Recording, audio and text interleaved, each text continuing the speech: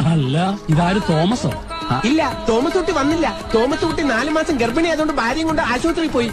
Sorry, 5 മാസം. ഇത് മഹാദേവനാണ് father. ഇത് മഹാദേവനാണ് ഫാദർ. എന്റെ അമ്മ ഒച്ചതായിരിക്കും ഒരിക്കലും വിചാരിച്ചില്ല.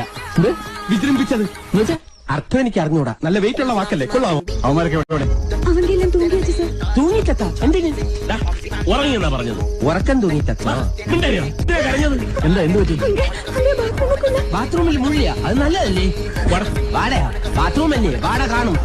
കാല് സ്ലിപ്പാവല്ലേ, സ്റ്റെപ്പെല്ലാം വിജൃംഭിച്ച് കിടക്കും. അങ്ങനെ പറയരുത്. യവൻ പറയുന്നതിൽ കാര്യമുണ്ട്. ഞാൻ വന്ന് ഹണിമൂണൊക്കെ പോയതാ. പക്ഷെ അതിന് അവളുമായിട്ട് അന്ന് മുട്ടാൻ വഴക്കായി.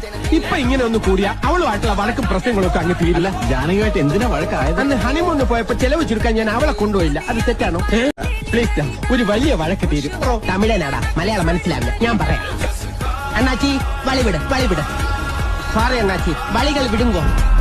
എനിക്ക്